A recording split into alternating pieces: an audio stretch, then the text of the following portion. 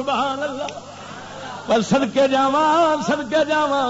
ادھر ویکھ یہ فاروق اعظم سناواں گا جدو بادشاہ بنے قرآن دا حاکم ہے صرف قرآن والا ہی کوئی کتاب اور نہیں نیڑے لگن دیتی.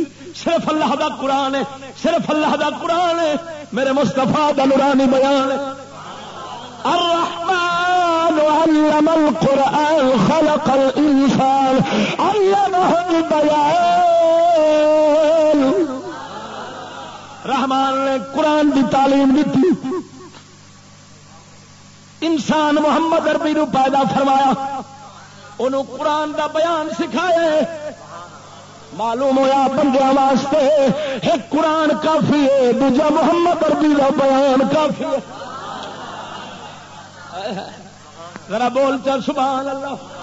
حضرت عمر بن خطاب بادشاہ بنے اپنے سنگیاں نو پوچھدے نے دسو میرا صدیق اکبر کی کردا ہوندا سی کیڑے کیڑے کم کردا سی میں وہ کم کرا صدیق دی میں پیروی کرا.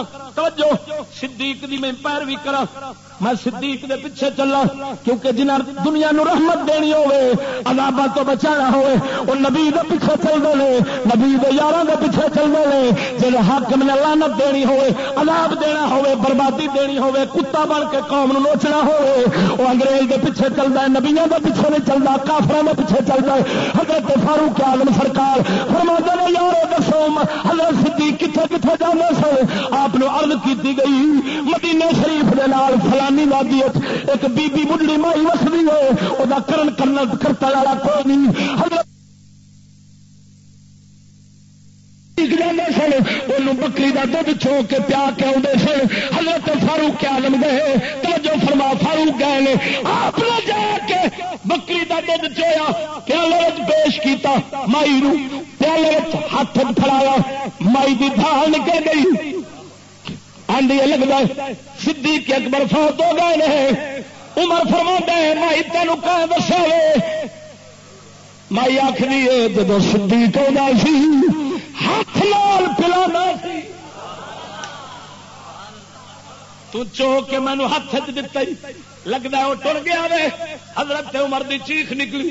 آپ فرماندے نے صدیق عمر لکھ زور لاوے پر تینوں نہیں پہنچ سکتا. ذرا جی بول سبحان اللہ. سجنا صدقے جاواں میرے پاک نبی سرور دے یہو جا یار میرے کملی والے دے حوبدار حضور سرکار دے غلام ثابت قرآن والے حاکم دھرتی دے ہونے پھر عذاب کیوں آئے